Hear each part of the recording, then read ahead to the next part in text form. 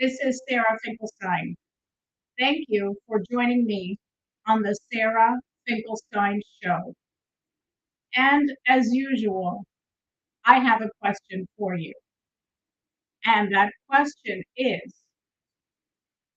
when you have market losses, how much do you need to get as a return to get back to even? In other words, what does it take to make up for losses?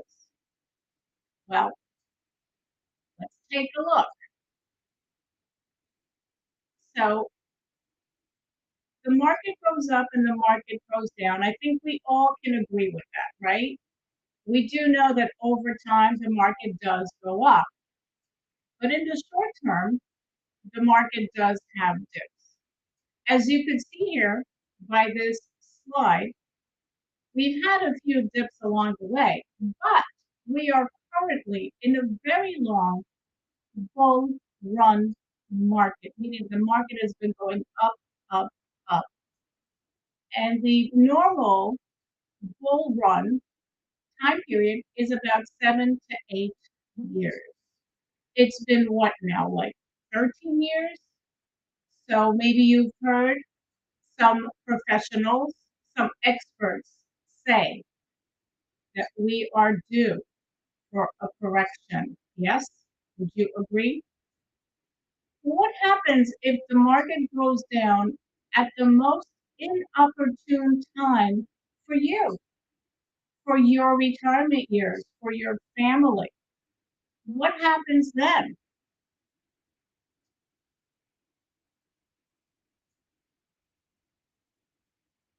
So if the market goes down 50%, if you've lost 50% of your portfolio, how much do you need to get back to even?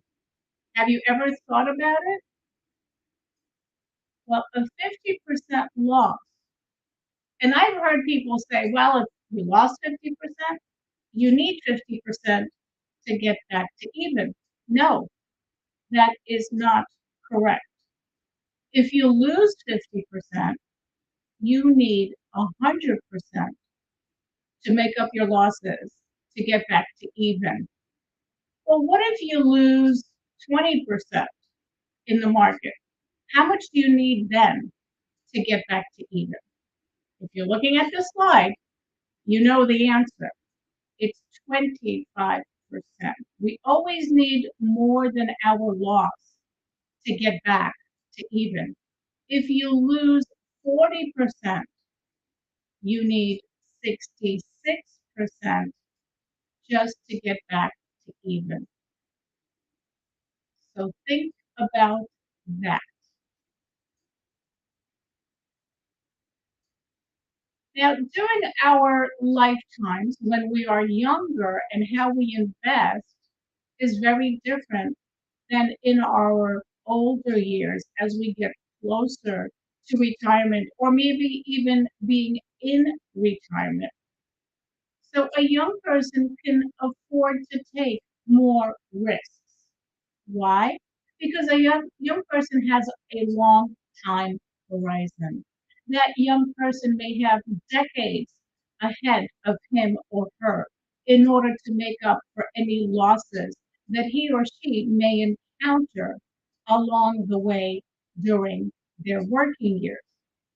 But an older person needs to be a little bit more conservative.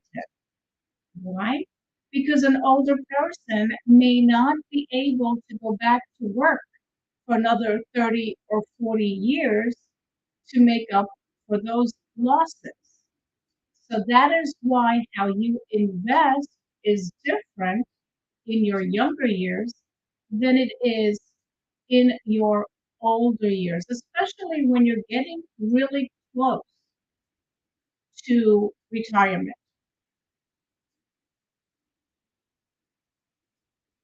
I think everybody knows who Warren Buffett is, right? Well, Warren Buffett says rule number one is don't lose what you've got. And rule number two is see rule number one. It's kind of like the tortoise and the hare. Slow and steady wins the race. And yes, we'd all love to make tremendous returns on our dollars. We all want to be in the game when the market is going up, up, up. But when the market goes down, all of a sudden things are different. And many individuals and clients that I speak with who are in their older years are very concerned about losing money in the market. But yet, where do they keep most or all of their money? In the market. So they are not protecting themselves. Let's face it, we protect ourselves from a fire in our home by having homeowners insurance. We protect ourselves from a possible car accident by carrying auto insurance. We know that those are risks that we do not want to take and we want to protect ourselves. Same thing applies to your dollars. How much better off would you be if you had more of your money safe without losing money, without the risk? Now, we know that when the market goes down, we have to be patient to make up for those losses. Planning is very important. Like diversification is important. But some people diversify, they think of diversification as well, I've got my money in 10 different banks, so I'm diversified. Or I've got my money in 10 different mutual funds, so I'm diversified. But all of that money is at risk in the mutual funds, isn't it? And all of the money in the bank, although it is safe, it is not growing. We know that the interest rates that the banks give us are very, very small right now, and they're not even keeping up with inflation. But yet we need to diversify between money that's geared for growth, and we need to diversify also with money that is safe and preferably guaranteed. So if you have any questions about this, and now is really a good time to think about how your money is invested. And remember, the way we invest our money depends upon what it is we are trying to achieve. The purpose of money dictates where you put it. So again, when the market goes down, we need a higher rate of growth in order to make up for losses.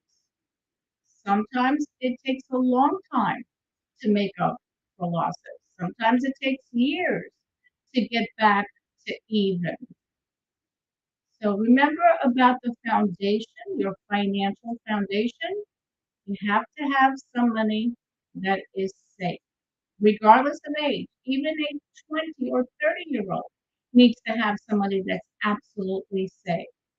And even an older person needs some money that is at risk to grow, to keep pace with inflation. So these are important things that we all need to consider and take a look at. And it's always a good idea to get a second opinion on what you're doing because you cannot get a second opinion from the person who gave you the first opinion. And if you had a medical diagnosis, it's important enough to get a second opinion. And your health is important, and so is your financial well being. So make sure that you are taking a look at how your money is invested and if it's geared properly for what your needs are. Thank you for joining me on the Sarah Finkelstein Show, and I hope to see you next time. Remember, tell your friends and your neighbors to tune in to the Sarah Finkelstein Show. You could find us on iHeartRadio, Spotify, SoundCloud, Rumble, Alignable, and LinkedIn. Have a wonderful day.